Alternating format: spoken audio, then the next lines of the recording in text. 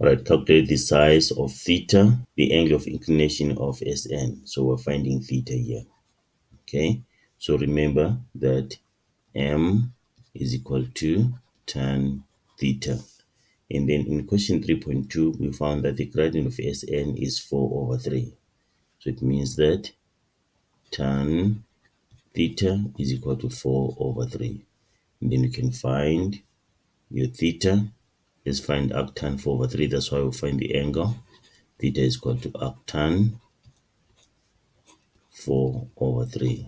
Then theta is equal to 53,130,10235 degrees. Then to 2 decimal places, this is 53,13 degrees.